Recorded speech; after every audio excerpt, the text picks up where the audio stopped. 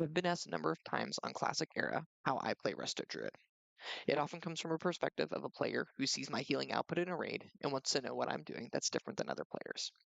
I'm not the best Resto Druid player, but over the past 2 years on Classic Era servers, I've learned quite a bit of what it takes to perform at a high level. In this video, I would like to share the way that I play Resto Druid. This includes spells and ranks I use for healing and heal parsing, priorities for gearing as phases go on in the anniversary realms, and tips on how to set yourself up to be the top healer in your raid. I'm also going to share some not so well known information about an item in particular that is absolutely broken for Resto Druid. So let's first talk about parsing, as this really frames most of what this video is about. Disclaimer, heal parsing is kind of a joke. Many times the top 1% of heal parses are due to a raid taking unnecessary damage and or a healer having the majority of their heals be effective, not overhealing. So for instance, on Classic Era, I have the top heal parse for Gar. This is a 100 parse, the top parse, and this was due to our raid having 3 of our healers somehow being AFK when we pulled. So we were 6 healing the fight, and out of those 6, 5 of their healers, other guys, for whatever reason, were asleep at the wheel. So more than me performing well, I got the 100 because other players were asleep and not fulfilling their jobs. Now, this isn't to say that a green parsing healer is just as good as an orange or pink parsing heals. On the contrary, but just because a healer parses well on Warcraft logs doesn't mean that they are the best either. And as a matter of fact, many of the top 1% healers play the game in such a way that they parse well and will sometimes forego raid performance and role execution for their own numbers just to look good. Now, if healers do a good job, that would primarily mean that the raid is moving along efficiently, players are not dying due to regular mechanics, and healers can make clutch decisions to save DPS and tank players from death due to their poor decisions. I feel like those are really good marks of solid healing. Okay, now with this out of the way, let me share how I play Resto Druid. The build that I choose to play with is a Moonglow Nature's Grace build with improved Rejuvenation.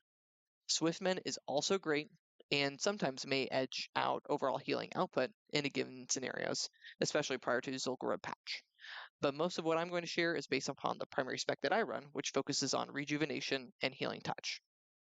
The gist of how the spec plays out in a raid environment is to roll Rejuvenation on players you know will be taking damage. Tanks, melee DPS, and even Warlocks when they get low on mana for life tap. And then using rank 4 Healing Touch on main tank targets. The main benefits of this spec is that your rejuvenations do as much healing as they can due to the improved rejuvenation talent, and to take advantage of reduced cast speeds for healing touch when you crit. Vanilla boss encounters are the fastest encounters in any iteration of WoW. A boss can go down within tens of seconds due to an optimized group comp, world buffs, and of course the encounters just being so simple. To maximize healing output for a boss, you want to toss out just enough heals to run out of mana at the end of the encounter. If you want to top meters with the highest healing output, the best spells to use are your max rank healing spells. In our case, max rank healing touch and max rank rejuvenation. Now, max rank healing touch doesn't really come into play until the ZG patch with Wuxele's Charm of Nature trinket. So for the purposes of this video, which is being released in phase 1 of the Anniversary Realms, you really want to use rank 10 rejuvenation, at least on your tank targets that you know are going to be taking consistent damage. If mana is a concern, I use rank 7 Rejuvenation, which is still a solid heal at a cheaper mana cost. In early phases in the majority of vanilla, you will use rank 4 Healing Touch. It is a crazy efficient heal that scales well with healing power. When it comes to heal sniping, I will also use a cheeky rank 3 Healing Touch. It's a pretty small heal, but if your raid isn't taking much damage and heal sniping is in play, in addition to already rolling a rejuve, I will fire off a quick rank 3 Healing Touch. With full world buffs, having this spell cast after a Nature's Grace proc can put you at a 1.5 second cast, which is on par with a Flash Heal or Flash of Light. To help with heal parsing, macro together your Nature Swiftness in a rank 10 Healing Touch. This is on a 3-minute cooldown and is a great oh crap button to spam when a tank gets low on health. And if you're looking to heal parse, you want to make sure to use this during boss fights for that extra boost in boss encounter healing. When using these spells, I choose to use mouse over macros. Some people like using Click as an add-on, and this works great too.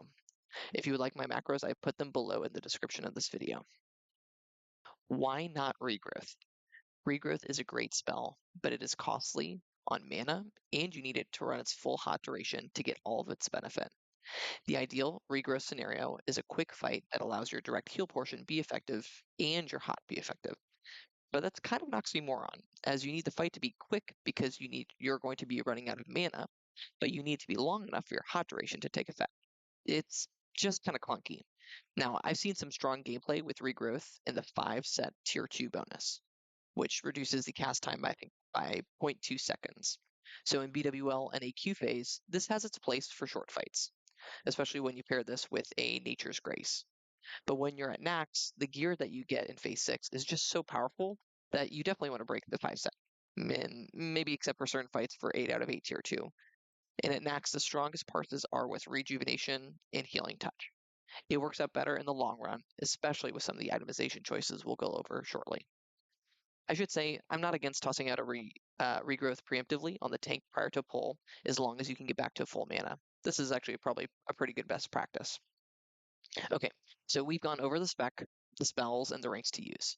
But this alone won't take you to the promised land of topping out heal meters and beating your fellow raiders for healing output.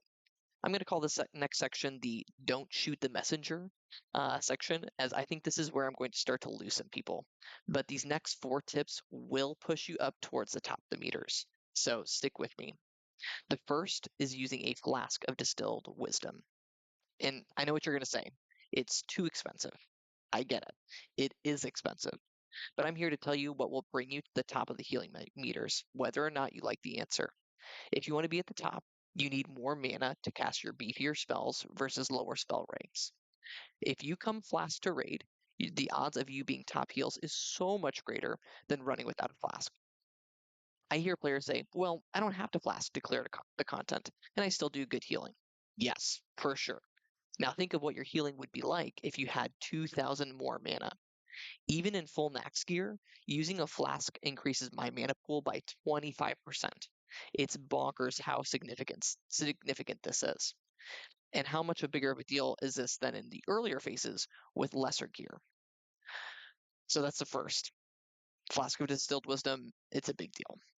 The second is simply just a baseline expectation. You should be chugging mana potions and dark runes or demonic runes for boss encounters. Get more mana so you can cast more spells and push out more heals. Get your consumes. The third is reserving Innervate for yourself. This is pretty big. Now, one problem I see other druids run into is they say that their raid leader makes them toss Innervate to other players. The best way to convince your raid leader that you should keep your Innervate is to do the first 2 items on my Don't Shoot the Messenger list. Consume with a flask and chug mana potions. With this approach, the likelihood of your raid leader letting you keep your Innervate for yourself goes up big time. When other healers go to the raid leader and say, hey, I deserve their Innervate, the raid leader can acknowledge that you use flasks and potions like a madman, so they shouldn't expect to get your Innervate unless they do so as well. You can even have a brief conversation with your raid leader about this approach, and if the raid leader wants to improve overall raid performance, 9 out of 10 times they will allow this type of arrangement. In Molten Core in particular, I really only use Innervate on myself for Major Domo in Ragnaros. One of the biggest tips that I have, which I would encourage you doing as you move through different phases of the Anniversary Realms, is for overall healing, is to use Innervate while you're drinking. So between trash packs, if you're at close to 0% mana, toss yourself an Innervate while out of combat and sit down and drink. You'll be full mana within 3 ticks, and you can have a few seconds of Innervate left while you begin tossing out max rank rejuves for the raid. You become really a healing machine.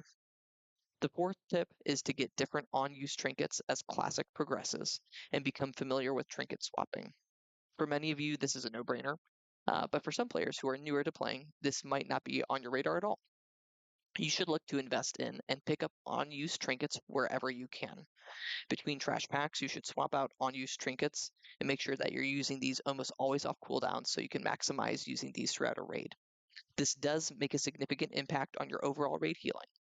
You should also look to time up your trinket cooldowns to be ready on boss encounters. Do not go into a boss encounter with an on-use trinket that is still on cooldown. As we progress through the different phases of Classic, there are certain items that are most important for you to pick up. There are many different BIS lists that you can find on Wowhead, and there are a lot of items that you will get as we go through the different raid tiers. And I thought it might be helpful to call out the most important items for you to get in each phase to boost overall healing. These would be items maybe to prioritize going after when it comes to placing your soft reserves or using DKP or whatever your guild uses for loot distribution. These are your highest priority items. So let me dive in. Here are the most impactful items you can get per phase. In phase 1, the number 1 item you should be looking to get is the Wild Growth Spalders. You will use these shoulders from Molten Core through Naxxramas. And you really don't need to get tier 3 shoulders because these are better than tier 3 and they drop off of the first raid tier in the game. With that being said, definitely snag tier 3 for wearing around in Stormwind or Orgrimmar because the transmog for that looks fantastic. In phase 2, which releases January 9th, so by the time this video comes out, right after this video, get the Royal Seal of Eldra Thalas. This item is from Dire Maul. It's the class trinket, and you will carry this in your bags, at least in your bags, but definitely you'll be using it in raid until it gets replaced with Eye of the Dead and Naxxramas. Yeah, this blue trinket is that solid. There are a variety of items in Dire Maul that are also great, but this item is one that you will use for the longest period of time. In phase 3, I actually have 3 items I'm going to share. Number 1 is Rejuv Gem, Empowered Leggings, and then I'm going to call out the 8 out of 8 tier 2 set. Now, my list here is a bit cheating as I'm putting these 3 items on and I'm saying the entire tier 2 set, but I'll explain why. So first, of course, Rejuv Gem. It's on this list. From here on out, you will always carry Rejuv Gem. But beyond Rejuv Gem, Empowered Leggings are your best pants for the rest of the game. Do not sleep on these. And like I said, this is a bit cheating, but just to make sure by the time AQ rolls around, you really want to have 8 out of 8 tier 2. The 8 set bonus for tier 2 is best in slot or is best for fights such as Saffron, Viscidus, and even non-Firemaw.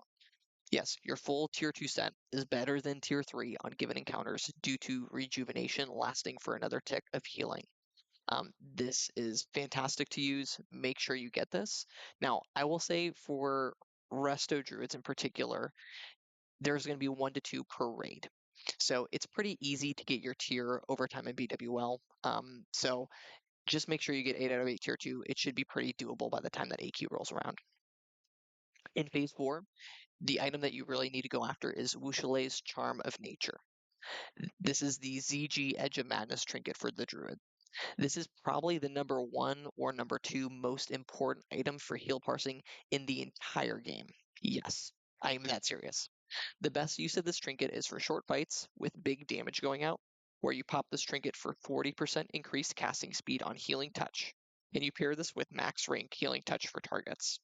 This is great for encounters like Huron when the Enrage goes out and players take a bunch of damage, or pop this for Instructor Resuvius and Nax and bomb max rank heals into the NPC target that is tanking Resuvius. Using this trinket correctly with max rank Healing Touch will differentiate your healing from other Resto Druids. This item is more important to get than Rejuvenating Gem. It's that big of a deal. In phase 5, I have 2 items I want to call out. The first one is Idol of Rejuvenation, and then the second is Scepter of the False Prophet. Idol of Rejuvenation is the best idol for the entire game. Better than the idols that drop in AQ and Nax. Now, the Viscidus idol that reduces your healing touch cast speeds is pretty comparable. But if you are primarily a rejuvenation healing druid, especially with the 8 out of 8 tier 2 set for those encounters, you will be using Idol of Rejuvenation over Idol of Health primarily. I would recommend making friends maybe with a rogue who's going to be working on their tier 0.5 quest chain and heal Lower Blackrock Spire for them. They are the best options for summoning the optional boss that drops this idol. Over in Classic Era, I paid a rogue for 17 LBRS runs until this drop. It honestly was the worst, but that's how RNG goes sometimes. So I think it's like a 20% drop rate, but for me it took forever to get. So Scepter of the False Prophet. The only weapon that is better than Scepter comes after killing Kel'Thuzad. So, depending on if you want to farm Nax until TBC or not, this weapon is massive and can definitely last you until TBC. Now, the drop rate is low on Cthulhu, and the competition for this item is fierce. But if you can get your hands on it, man, are you in a good shape. The only 2 items that are better than this are Atiesh or Hammer of the Twisting Nether. Now, in phase 6, and I mentioned this earlier, that I would share an item that is absolutely broken for Resto Druid. and it is in Phase 6 that you're able to get this. But before I share the juicy details, there are many items that I could say you should go after in Nax. Hammer of the Twisting Nether is the best weapon, paired with Sapphiron's Right Eye. And of course, there's Atiyesh if you're like in guild leadership and able to get shards. You could get Cloak of Suturing. It's the best cloak in the game. Um, there are a lot of great items that you can get in Axe.